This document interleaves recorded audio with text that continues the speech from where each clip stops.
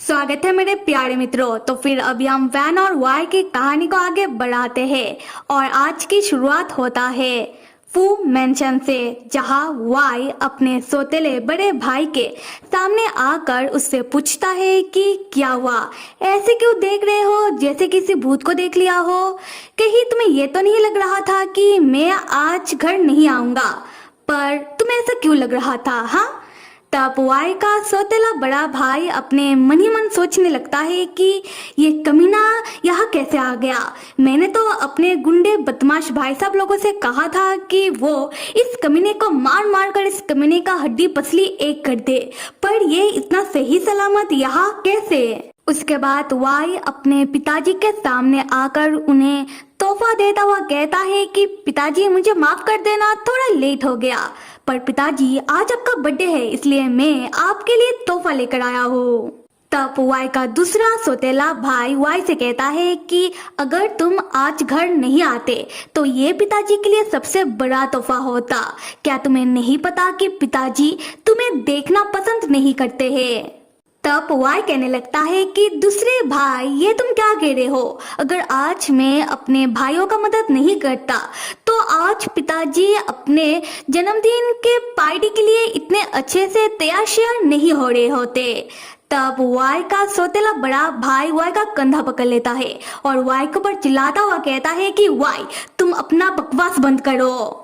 Y तब अपना सौतेला बड़ा भाई का हाथ हटाता हुआ सामने से एक वाइन का ग्लास उठाकर बहुत ही अच्छी तरीके से अपने सौतेले बड़े भाई से कहता है कि बड़े भाई तुमको तो सारी बात पता है ना। अगर मैं पुलिस के सामने अपना मुंह बंद नहीं रखता और तुमने जो उन गुंडा भाई साहब लोगों को भेजा था मुझे मारने के लिए, उनको भी पैसा देकर उनका मुंह बंद रखने के लिए नहीं कहता, तो आज तुम सलाखों के पीछे होते। तब वाई के पिताजी बहुत ही गुस्से में खड़े होते हैं और अपने बेटों से कहते हैं कि झगड़ा बंद करो। उसके बाद अपने बड़े बेटे से पूछने लगते हैं कि तुम बताओ क्या चल रहा है ये सब। तब उनका बड़ा बेटा उनके गुस्से को देखकर डर जाता है और वो अपनी सारी सच्चाई अपने पिताजी के सामने उगलने लगता है। वो बताता है कि उसने किस तरीके से वाई का अपहरण करवाया। वो कहता है कि उसने ये सब सिर्फ वाई को सबक सिखाने के लिए किया जिससे वाई अपने हद में रहे।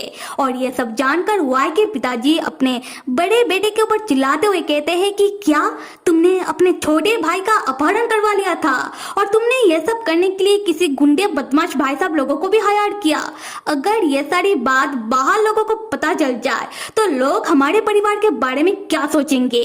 तुम तो इस घर के बड़े बेटे हो, क्या तुम इस तरीके से घर को संभालोगे। तब वाई की सौतेली मॉम आकर अपनी पति का गुस्सा शांत करने लगती है।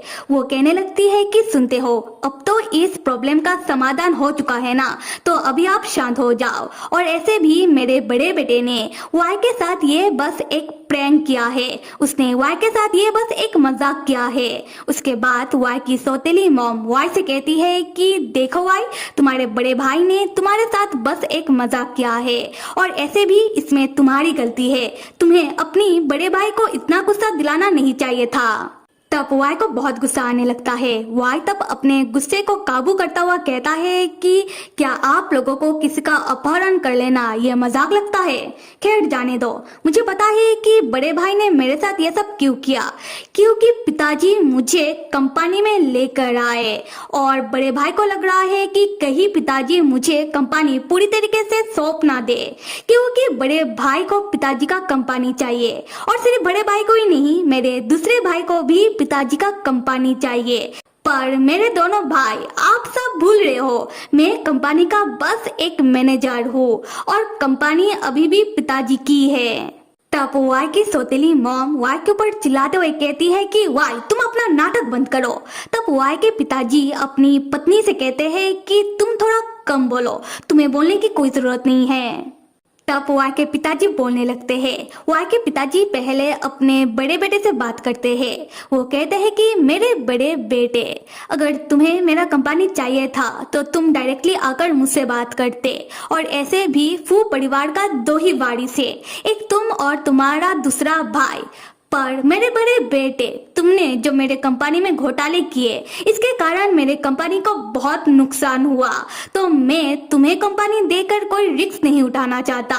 और ये जानकर वाई का सौतेला बड़ा भाई वो बहुत परेशान हो जाता है कि अभी उसे उसका पिताजी का कंपनी नहीं मिलेगा। उसके बाद वाई के पिताजी अपने दूसरे बेटे से बात करते हैं। वो कहते हैं कि मेरे दूसरे बेटे, जैसा कि तुमने देखा कि अभी मेरा कंपनी तुम्हारे बड़े भाई को नहीं मिलने वाला और अभी मेरा कंपनी धीरे धीरे करके बहुत बेहतर हो रहा है, तो मेरा कंपनी मेरे बाद तुम्हें ही मिलेगा। और ये सुनकर वाई का दूसरा भाई चौंक जाता है कि क्या मुझे पिताजी? वाई तब ताली बजाने लगता है।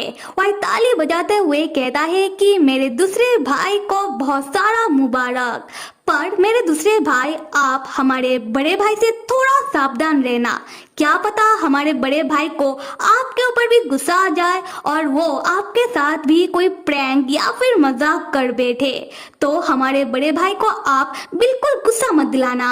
तब वाई की सौतेली मॉम सामने से एक वाइन का ग्लास उठाकर गुस्से में वाई के ऊपर मारते हुए कहती है कि वाई चुप रहो और निकलो यहाँ से। वाई तब तुरंत साइड हट जाता है, जिसके कारण वाई को उस वाइन के ग्लास से चोट नहीं लगता।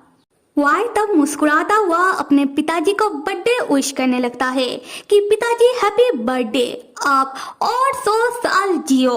फिर वाई मुस्कुराते हुए मन ही मन कहता है कि पिताजी अभी तो आपके परिवार वालों को असली तोहफा मिलना बाकी है और वो तोहफा होगा मेरा बदला आप सबसे। यहाँ से सीन शिफ्ट होता है और हमें बताया जाता है कि एक महीना बीत गया है। हम वाई को वाई के कमरे में देखते हैं, जहाँ वाई को वाई का एक काम का बंदा फोन करके वाई को उसके परिवार वालों के बारे में अपडेट देता है। वो बताता है कि वाई का सौतेला बड़ा भाई ड्रिंक करके पागलों की तरह हरकत कर रहा है। वो अपने घर में बहुत तमाशा कर रहा है। वो अपने दूसरे भाई को गाली गलौज कर रहा है, उसे फोर्स कर रहा है कि वो उसे कंपनी दे दे। ये सब जानकर वाई मुस्कुराने लगता है। वाई कहता है कि ठीक है, मैं समझ गया। फिर वाई पूछता है कि मार्क्स पार्टी का क्या? हाँ, तब वो बंदा वाई को बताता है कि हमने सारा तैयारी कर लिया है।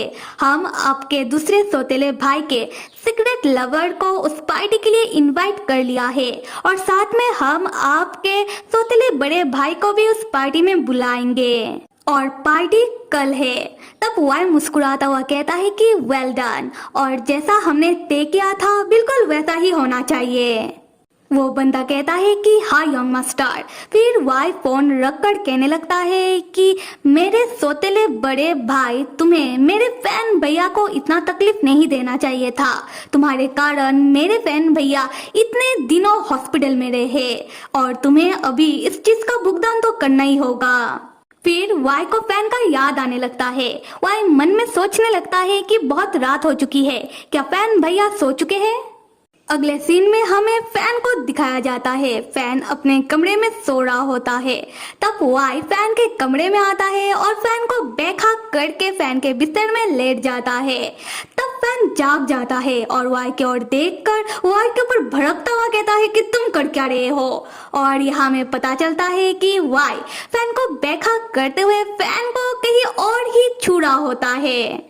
खैर, तब वाई कहता है कि फैन भैया मैं तो कुछ भी नहीं कर रहा, क्या मैं आपको बैठा करके सो नहीं सकता? फैन भैया मैं सच में इससे ज्यादा कुछ नहीं करूंगा।